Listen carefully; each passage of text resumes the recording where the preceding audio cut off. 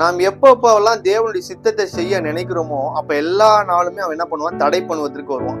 நாம் தேவ சித்தத்தை செய்ய ஆரம்பிச்சுட்டோம்னா உடனே நமக்கு ஒரு பிரச்சனையை கொடுத்து நாம் தேவ சித்தத்துல இருந்து மாறா வேற எங்கேயா போகும்படியாக செய்யறதுக்கு அவன் எல்லா தந்திரத்தையும் பயன்படுத்துவான். பிரியமானவர்களே, இப்ப நாம் நல்ல ஒரு அழகான ஒரு உதாரணத்தை நாம் வேதத்துல இருந்து பார்ப்போம்.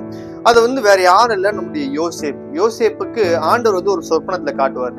சொற்பனத்துல காட்டும் பொழுது தன்னுடைய சகோதரர்கள், தன்னுடைய தாய் தகப்பன் எல்லாருமே தன்னை வணங்கும்படியான ஒரு சொற்பனத்தை காட்டுவார். இத காட்டின உடனே இந்த சொற்பனத்தை என்ன பண்றான்னா, அவன் தனக்குள்ள வைத்துக் கொள்ளாதபடிக்கு என்ன பண்றான்னா தன்னுடைய சகோதரத்துல போய் சொல்றான். சகோதரத்துல போய் சொல்லும் பொழுது என்னாச்சுன்னா அவன் மேல ஒரு எரிச்சல் உண்டாகுது. இப்போ இங்கதான் பிசாசன் உள்ள வரான். இப்ப அந்த சொற்பனம் அவனுக்குள்ள இருக்கும் பொழுது அது பிரச்சனை கிடையாது. ஆனா அது எப்போ வெளியே போய் மற்றவங்கள்ட்ட சொல்றோமோ, நாம் எப்போ தேவனுடைய சித்தத்தை போய் மற்றவர்கள் சொல்லுமோ, அப்போ பிசாசானவன் அதை தடை செய்யும்படியாக அநேக காரியங்களை யோசேப்பு